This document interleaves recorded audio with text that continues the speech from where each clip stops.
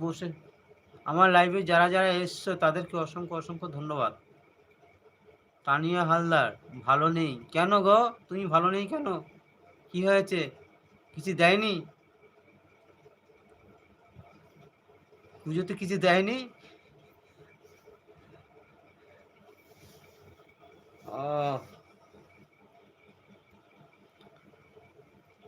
পুজোয় জামা হয়নি?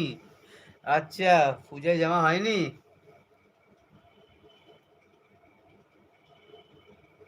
আচ্ছা, পুজোয় জামা হয়নি।